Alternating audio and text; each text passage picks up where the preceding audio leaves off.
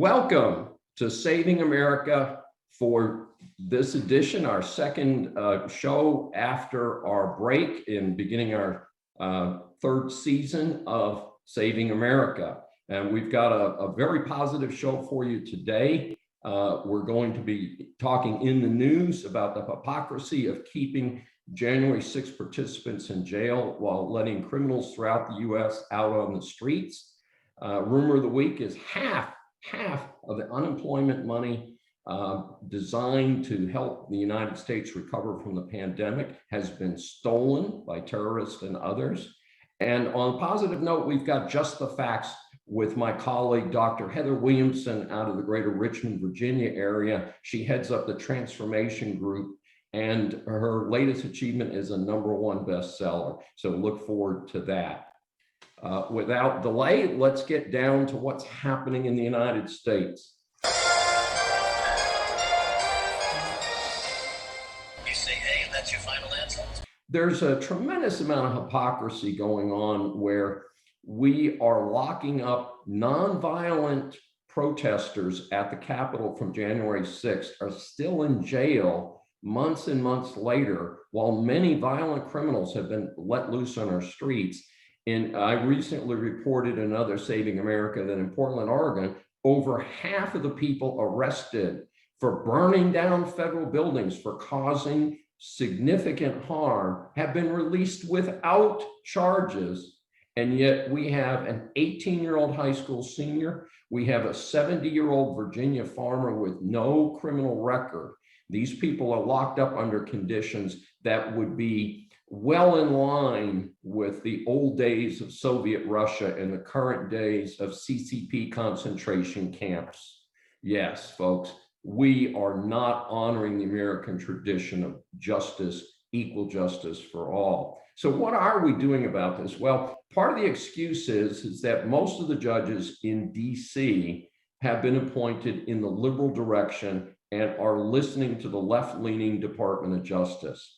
I don't care about that explanation. I care about the fact that we have a responsibility, especially at the federal justice level, to have equal justice across the United States. If a nonviolent offender in Portland is released on their own recognizance, a nonviolent offender from January 6th in Washington, D.C. needs to be released immediately on their own recognizance. I'm not forgiving any crimes. People who went into the Capitol without permission were at a minimum trespassers. They may have violated other federal statutes. That needs to be prosecuted, but we need to be consistent. If people burn down a federal building or attempted to burn down a federal building in Portland, Oregon, or Seattle or Minneapolis, they need to be administered the same level of criminal justice. This is not complicated.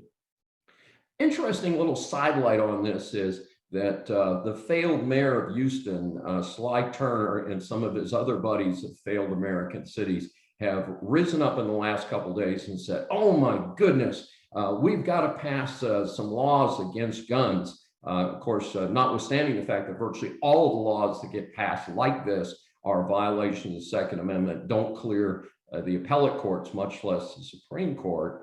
And they fail to focus on a fundamental issue.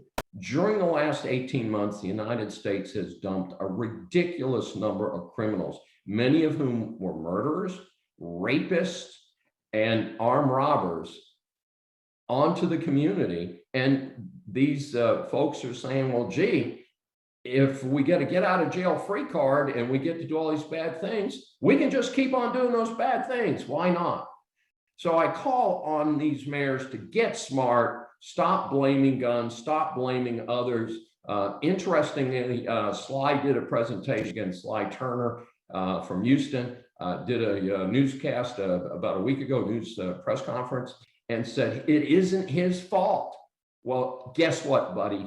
If you're in charge of one of the largest cities in America and the crime is running out of control, it's your fault.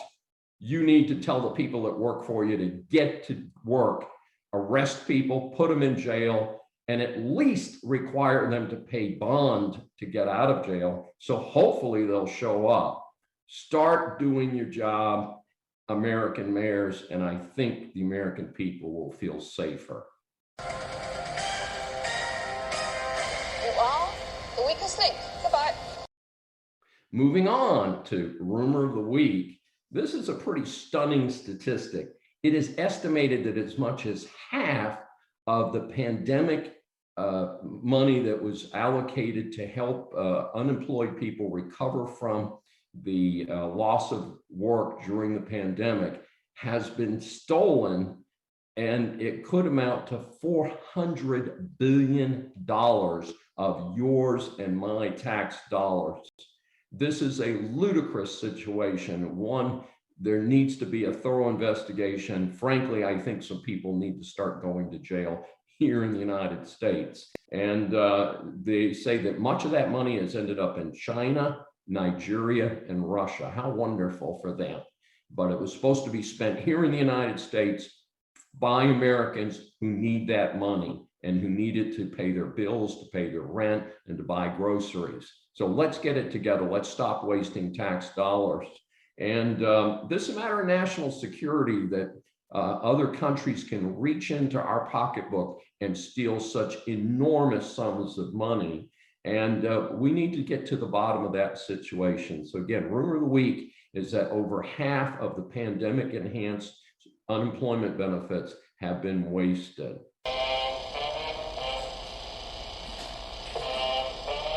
Just the facts, ma'am. We have with us Dr. Heather Williamson, who heads up the transformation group. For the past 13 years, she's worked with a diverse array of clients in an effort to provide the highest quality executive coaching. And we've also learned that Heather has a book out, and it is a #1 bestseller. It's called Magnetic Trust, which is a PhD in psychology. And we are so delighted to have you with us today on Saving America. Thank you, David, for having me as a guest. I'm excited. And I don't know if we're allowed to say this, but I mean, I have known you for probably all 13 years that you mentioned, because we got connected in 06, 07, I think, in Richmond through business networking. And we've stayed in contact during all this time. So just delightful to get a chance to have you on our program today. And let's start by talking about your book, Magnetic Trust, how great leaders keep top performers and get extraordinary results. And that sounds like the cure to every management problem. Well, this book actually is based upon an experience of having a really horrible boss. And so I decided to write this book. It's based on my dissertation, and it really focuses on how to build trust as a leader with your employees. And I have 8 rules. I also interviewed executives from different industries because I thought that would provide value to the readers. And it really does provide you a step-by-step path if you are interested in building trust.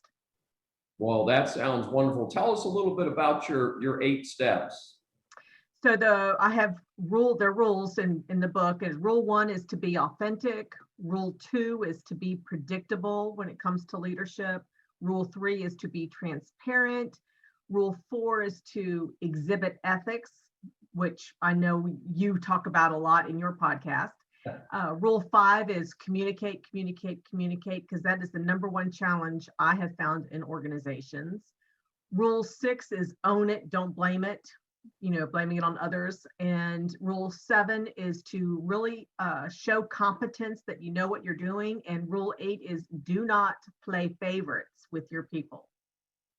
Well, that sounds like a wonderful list. And as you know, yes, ethics is a big focus for me. And I think it's becoming kind of a standard in America with the focus on ESG. Mm-hmm. And so, there's that part I think is coming around. It's interesting because and I started in corporate America. I worked for some very large corporations. And it's interesting because I remember several of my early bosses talked about their favorite thing was management by exception, meaning as long as you put your head down and you got your job done, you had virtually no interaction with your boss. And I take it that would not fit with your model. No, I'm all about making yourself visible, especially if you are wanting opportunities down the road. You really got to show what makes you unique as an employee, and really, in a sense, kind of worthy of that opportunity, that promotion that comes down the road. I'm all about. I mean, I've always been a high performer, so type A personality. So I'm always about, what can I do to better myself, and that's kind of mindset I have with when I work with executives as well. And it's hard to interact with a boss who doesn't give you those expectations and doesn't provide regular feedback. Exactly. It really makes it challenging. And then especially if when it comes to the yearly review and your boss hasn't given you any feedback throughout the year. I'm a big proponent of at least meeting individually at least twice a month, every other week, just to kind of figure out, okay, what challenges exist that you need that one-on-one help with. And then having team meetings, especially these days, since a lot of people are working virtually. I mean, having a team meeting every day, first thing in the morning, just say, hey, this is the focus that we're having, what overall challenges are you experiencing? What successes have you had? I think it's really important to identify successes so people, get motivated and see that they are accomplishing things. And it's also a way to hold your people accountable. Absolutely. And accountability is an important piece of things. A lot of people are on annual evals with raises. And so it can be a rude surprise to get to the end of a whole year and be told, well, you did sort of okay. You get a 2% raise, and some other people got a 4 or 5% raise. So it's useful to give everybody that opportunity to move forward and participate. Let's switch gears a little bit. And how do you do this when you've got a virtual workforce? We've all come out of a period of virtual workforce. I'm still teaching online through the end of this summer, and looking forward to getting back in the classroom in the fall. But this has been a close to an 18-month stretch by the end of this summer, and you're not seeing your boss face to face. Right, in person, face to face. I'm a strong believer that yes, you've got to stay in touch with your team. So like I shared before, you need to at least be having team meetings, whether it's via the phone or via video conferencing like what we're doing, and really share what the plan of the day is. Have your people share what they're going to be doing and what the objectives are, so everybody's on the same page. So we are setting expectations. And then they can provide project status updates. And then when you have your one-on-one meeting, which like I shared, it should be frequent as well, at least once a week or every other week. And this is really the focus on challenges, not what specifically they're doing, because you already had that in the team meeting. And when it comes to, that communication, it's also, the focus isn't how many hours am I sitting at my computer.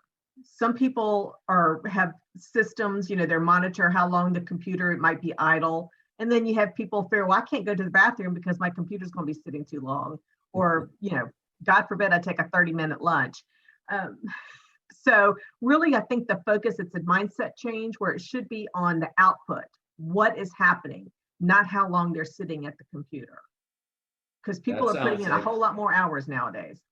Sounds like great advice. And we're a little short on time. Let's talk just for a few minutes about any clues or tips that you have for hiring the right talent. And I'm a big fan of this, Heather, because I tell employers, be careful the way you hire, because most of the time, I deal as an attorney consultant to employers with terminations and discipline. And a lot of times they hired the wrong person. Yeah, you need to identify what your company's core values are, and whether it's integrity, respect, excellence, and make sure that you are aligning those core values with the person that you're hiring. And it's really an easy way to do this is think about, picture in your mind, identify what that great talent looks like. What skills do they have? What experiences do they have? What about what opportunities are you looking for in that person? What attributes? What do they care about? And then, you can also tie this to your top performers. What makes them a top performer? And then identify those attributes. And then you can use that to match up to that person. Of course, assessments are always great as well to just clarify and confirm. And we offer assessments as well, so to help with that. That sounds great. Dr. Heather Williamson, it's been great having you on Saving America this week. If people watching our show today would like more information, where's the best place to go? The best place, obviously, is to go to my website, which is transformationgroupllc.com. You can also get my book at Amazon. It is there under Dr. Heather Williamson. And there is, I have a YouTube channel, which is Dr. Heather Williamson, where I share leadership tips to help bosses be more successful. Sounds great. Thank you so much for joining us today, and I wish you continued good luck. Thank you. Have a great day.